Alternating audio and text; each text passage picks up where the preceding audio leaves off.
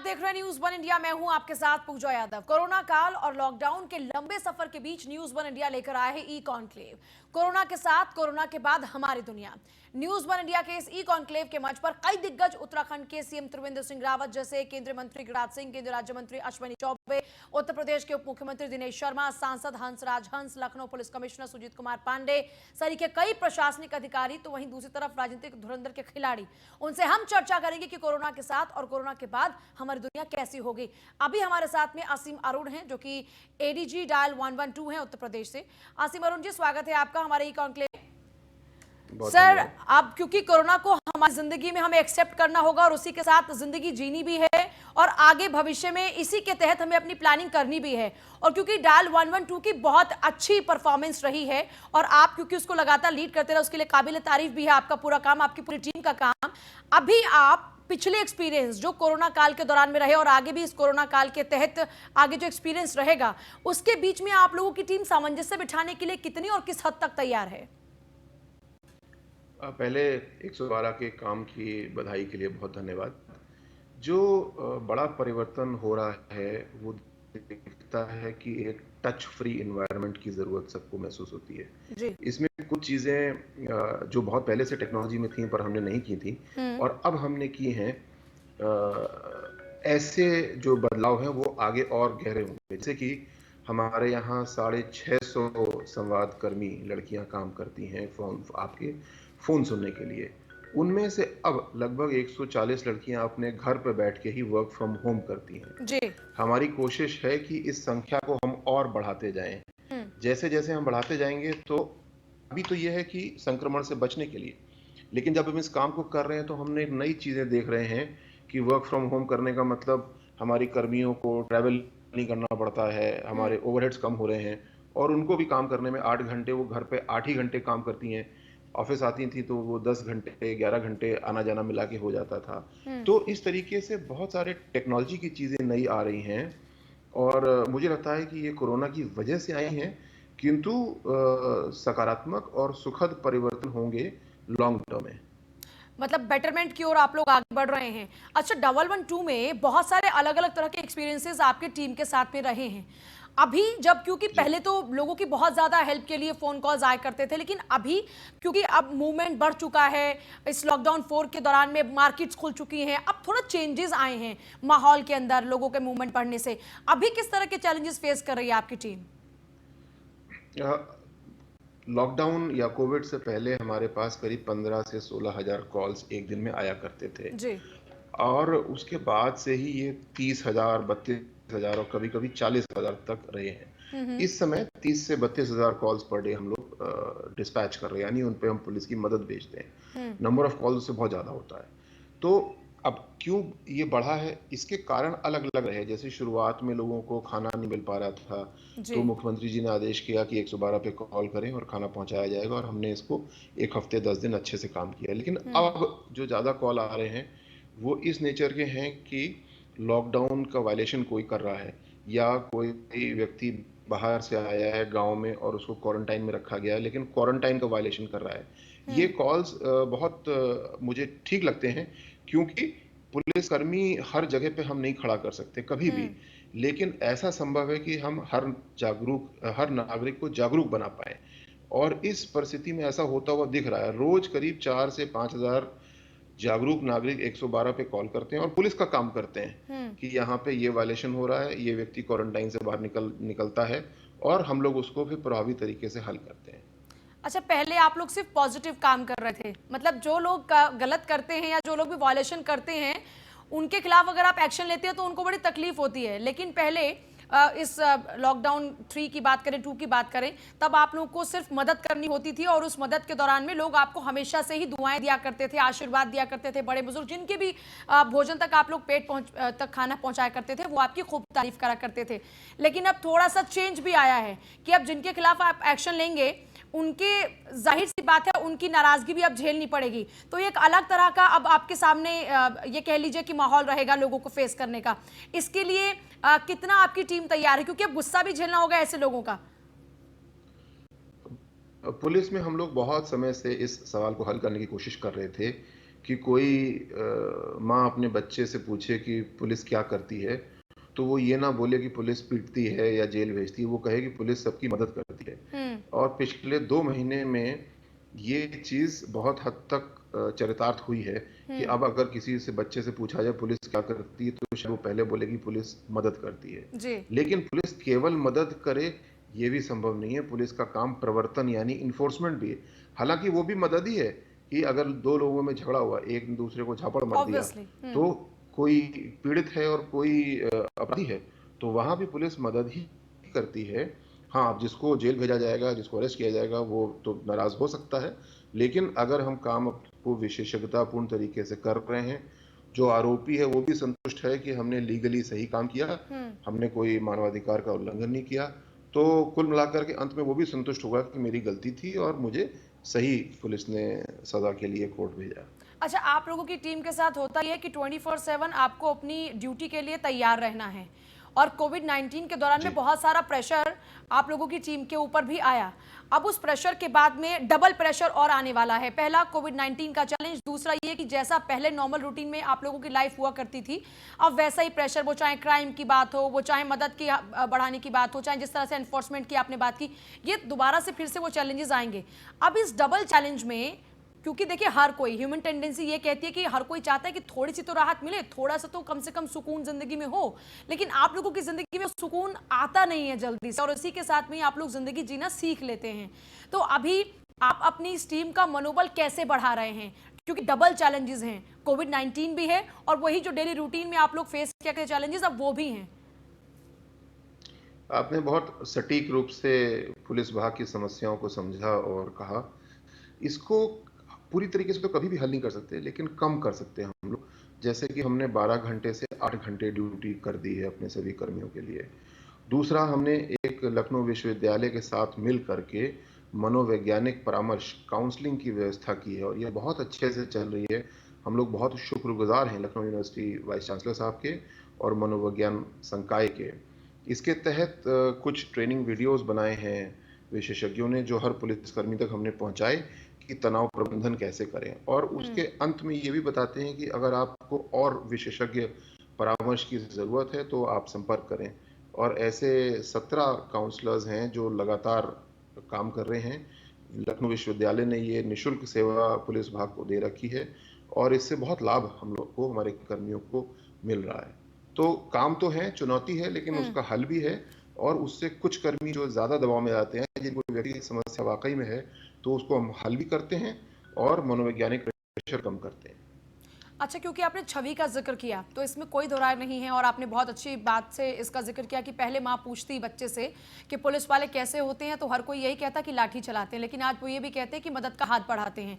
ये जो छवि में सुधार हुआ है पुलिस की, लेकिन अब क्योंकि सराउंडिंग्स फिर से बदलेंगी, फिर से जब नेगेटिव खबरें आपके आसपास बहुत ज्यादा होती हैं तो कोई भी चिड़चिड़ा हो जाता है, और जब आपकी जिंदगी में इन नेगेटिव खबरों से या इस तरह के क्रिमिनल से या इस तरह की सिचुएशन से आपको कभी ब्रेक ना मिले, तो आपकी जिंदगी में वही व्यवहार शुमार हो जाता है। इस कोविड-19 ने जिंदगी में आप लोगों के ठहराव भी दिया एक तरीके से व्यवहार के मामले में, और इसलिए ये चीजें इतनी बदली हैं। लेकिन अब फिर से उसी छवि को कायम करना एक बहुत बड़ा, ये कह लीजिए कि ये भी एक बहुत बड़ा चैलेंज है, क्योंकि हम कोरोना के साथ और कोरोना के बाद की जिंदगी पर जिक्र कर रहे हैं, चर्चा कर चाहूंगी कि इसको लेकर भी आप बताएं दर्शकों को कि अब जो एक पुलिस की छवि बनी है, उसी छवि को बरकरार रखने के लिए भी पुलिस लगातार काम करेगी। जी, ये विभाग में लगातार इसके ऊपर आंतरिक मंथन हो रहा है और हम लोग इसको समझ रहे हैं, कोशिश कर रहे हैं समझने की कि जो खूबसूरत परिवर्तन पुलिस के अंदर दिखा, वो कैसे हुआ? क्या निर्देशों की वजह से हुआ, या परिस्थितियां ऐसी हैं कि हर पुलिसकर्मी के अंदर जो सबसे अच्छा इंसान छुपा हुआ था वो प्रकट होकर आ गया है? और शायद दोनों चीज़ों का इसमें संगम होगा। लेकिन एक और बड़ा परिवर्तन आने वाले दिनों में हमें करना है, जिसके लिए 112 मुख्यालय काम कर रहा है। हम लोग हर साल बहुत सारे पुलिसकर्मियों का प्रशिक्षण कराते थे, रिफ्रेशर ट्रेनिंग भी और बेसिक ट्रेनिंग भी।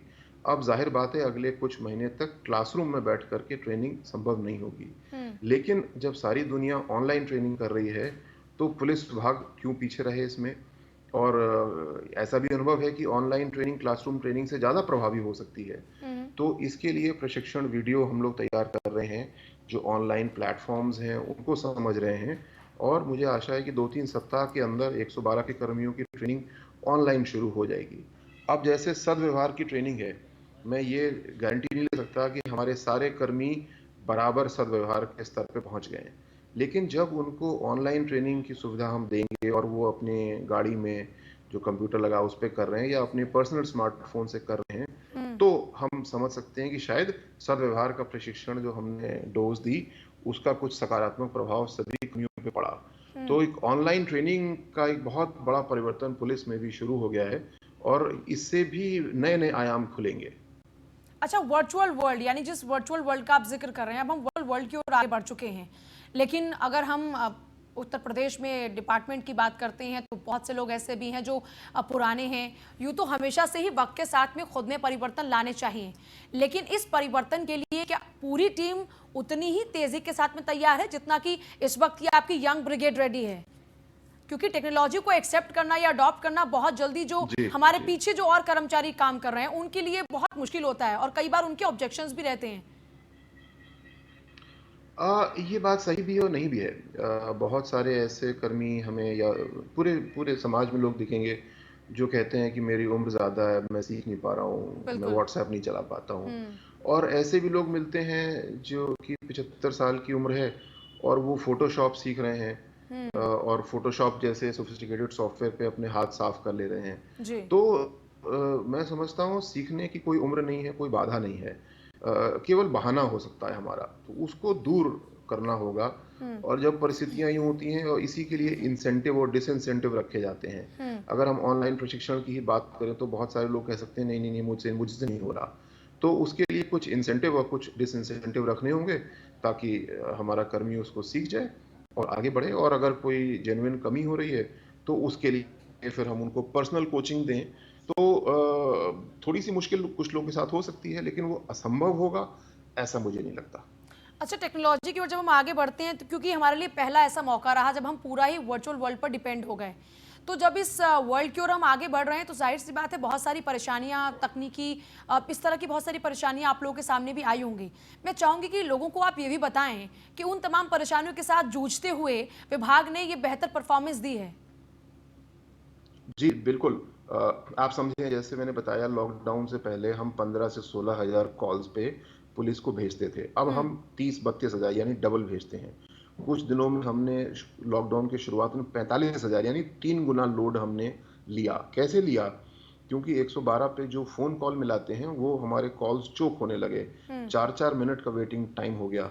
तो हमने फिर तुरंत कॉल्स को और इवेंट्स को व्हाट्सएप पे लेना शुरू किया। हम्म। हमने लोगों को इनकरेज किया आपके माध्यम से कि हमें, आप अगर 112 बिजी मिल रहा है तो आप ट्विटर पे अपनी बात बता दीजिए।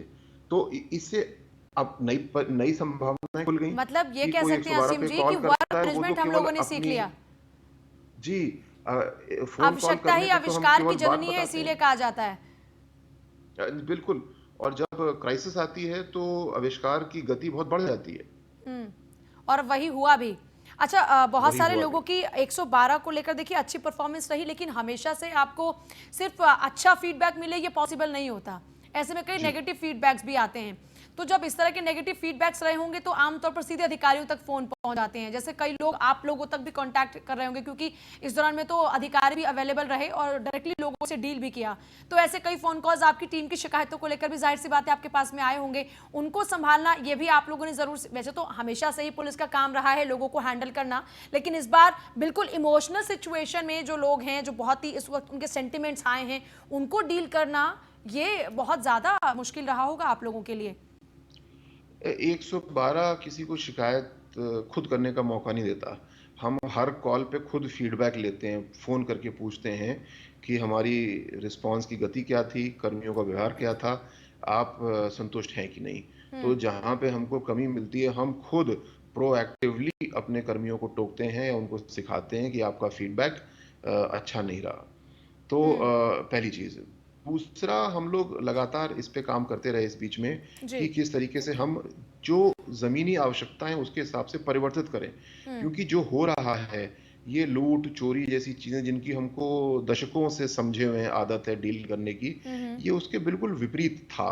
तो प्रतिदिन डीजीपी साहब और 112 के अधिकारी इस चीज़ का इसकी समीक्षा करते हैं कि कॉल्स किस तरह के आ रहे हैं, नई चुनौतियाँ कैसी आ रही हैं। हम्म। जैसे कि आज मैं आपको बताऊँ, आज बहुत सारे कॉल आते हैं जी। कि लॉकडाउन का आज का नियम क्या है? अच्छा। क्योंकि नियम ज़ाहिर बात है बदलते हैं, फिर उसमें हम्म। परिवर्तन होता है। नियम कोई 1 पन्ने के नहीं होते हैं, 5-6 पन्ने के लिखने पड़ते हैं। हम्म। तो कोई अगर फ़ोन करता है 112 पे, तो हमारे संवाद अधिकारी बताती हैं कि आज के लिए नियम ये है और आप इस तरीके से इस पे काम कर सकते हैं। लोग जानना चाहते हैं कि उनको पास कहाँ से मिलेगा, तो वो हम्म। बताते हैं कि आपको पास इस जगह से मिलेगा। हालाँकि स्ट्रिक्टली देखें तो ये पुलिस या आपात सेवा का काम नहीं है, लेकिन हम्म। जो आज की फिर भी आवश्यकताएँ हैं, उसको जितना हम हल कर सकते हैं, हम कोशिश कर रहे हैं। आखिर में इन तमाम चुनौतियों से जूझते हुए आपने जो सीखा, हम चाहेंगे कि एक संदेश में आप उसको पिरोकर दर्शकों तक भी पहुंचाएं ताकि वो भी अपनी जिंदगी में आगे मोटिवेटेड रहें इस समस्या के दिनों में। मुझे लगता है सबसे बड़ी सीखने की बात इस पूरी परिस्थिति में ये है कि इंसान की फितरत है एक दूसरे की मदद करना, साथ मिल कर के रहना, और इस परिस्थिति ने इस चीज़ को आगे बढ़ाया है। जब सड़क पे लोग भूखे थे तो तमाम लोग ऐसे निकल कर के आए, पुलिस के हम्म। साथ भी चाहे अकेले भी, उन्होंने भूखों को खाना दिया। उन्होंने नहीं पूछा कि आपकी धर्म, जाति, स्टेट क्या बिल्कुल। है, और जिसको ज़रूरत थी उसको मदद की। ये इंसानी फितरत है जो सामने स्पष्ट हुई है, नागरिक की भी, प्रशासन के हर व्यक्ति की और पुलिस कर्मियों की भी। हम्म। इस तमाम परेशानी की स्थिति में ये एक सुखद बात दिखती है जिससे हम लोग संतोष ले सकते हैं। बहुत शुक्रिया असीम जी, वक्त देने के लिए, वो भी ऐसे वक्त में। अब लोगों के लिए आप लगातार मुश्किल में हाथ बढ़ा रहे हैं और इस वक्त इस तरह से आना, लोगों के समक्ष बात रखना, वक्त देने के लिए बहुत बहुत शुक्रिया।